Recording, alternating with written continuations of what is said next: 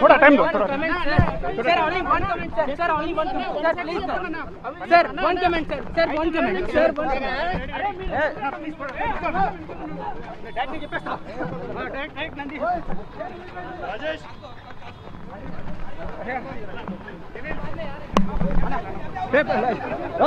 Live frame తీసుకొని నేను చెప్పేస్తుంటా.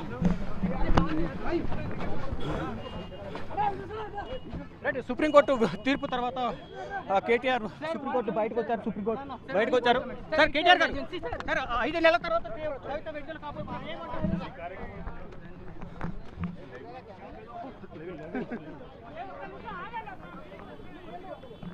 Right 167 రోజుల తర్వాత కవిత తిహార్ జైలు నుంచి విడుదల కాబోతున్నారు. ఈరోజు సాయంత్రం లోపు ఈ డాక్యుమెంట్స్ ఆ బెయిల్ ఆర్డర్ సంబంధించి డాక్యుమెంట్స్ సబ్మిట్ చేస్తే ఈరోజే కవిత విడుదలయ్యే అవకాశం అయితే ప్రధానంగా కనిపిస్తుంది. ఇటు సుప్రీంకోర్టు దగ్గరికి బీఆర్ఎస్ నేతలైతే భారీగా చేరుకున్నారు. ఇటు మంత్రులు మాజీ మంత్రులు ఎవరైతే ఉన్నారో ఎమ్మెల్యేలు వీళ్ళందరూ కూడా సుప్రీంకోర్టు ఈరోజు కవితకు బెయిల్ వస్తుందనే ధీమాతోనే అందరూ సుప్రీంకోర్టుకు చేరుకున్నారు.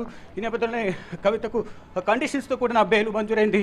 ఈరోజు బెయిల్ ఆర్డర్ కాపీ కనుక సబ్మిట్ చేస్తే కవిత ఈరోజే తిహార్ జైలు నుంచి విడుదలయ్యే అవకాశం అయితే ప్రధానంగా కనిపిస్తూ ఉంది.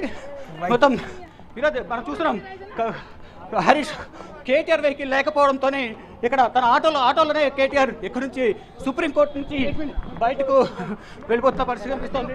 మొత్తం చూసుకుంటే సార్ కేటీఆర్ గారు 5 నెలల తర్వాత కవిత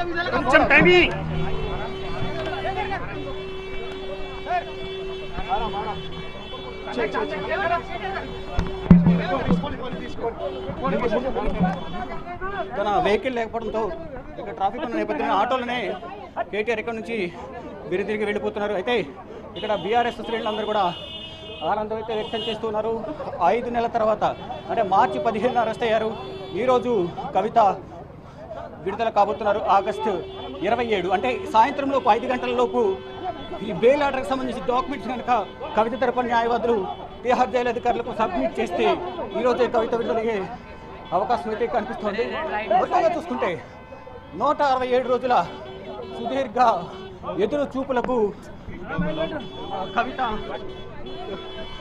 కవిత విడుదల కాబోతున్నారు.